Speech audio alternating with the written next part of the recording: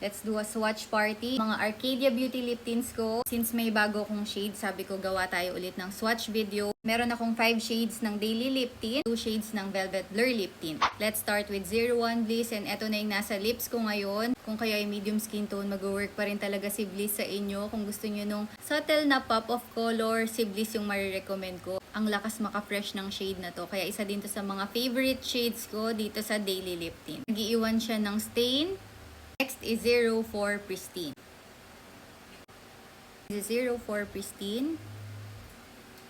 And ito talagang daily lip tint. Very lightweight siya and hindi siya nakaka-dry ng lips. Isa to sa mga go-to na lip tints ko. Lalo kapag alam kong dry yung aking lips, ito yung ginagamit kong lip product.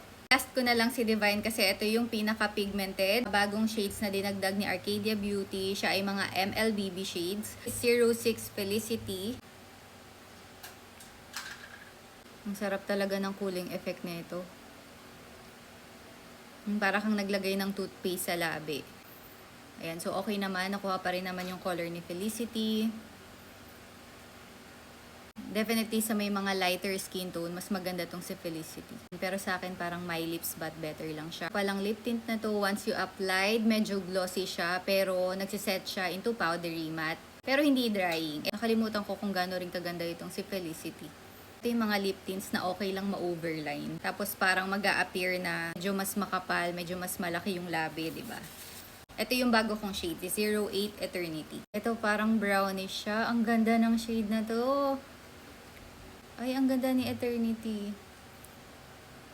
Ang ganda ni Eternity, medyo brownish, pero may slight hint pa rin siya ng medyo may pagka-red siya. Pero mas lamang pa rin yung brown. Ang ganda nito, bagay siya sa damit ko ngayon.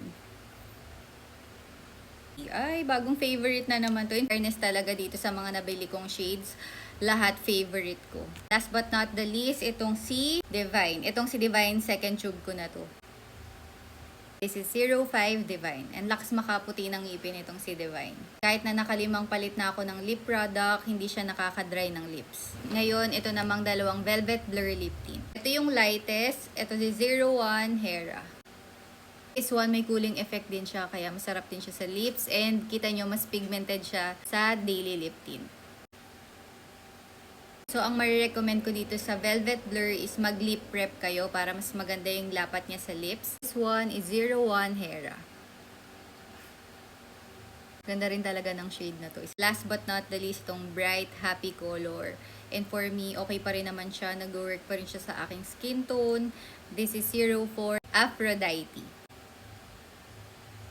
Ang ganda talaga ng quality nitong mga lip tints na to. Nakaka-blur siya ng lines ng aking lips. Pag gusto ko ng pop of color, happy color, yan, ito yung ginagamit ko, si Aphrodite.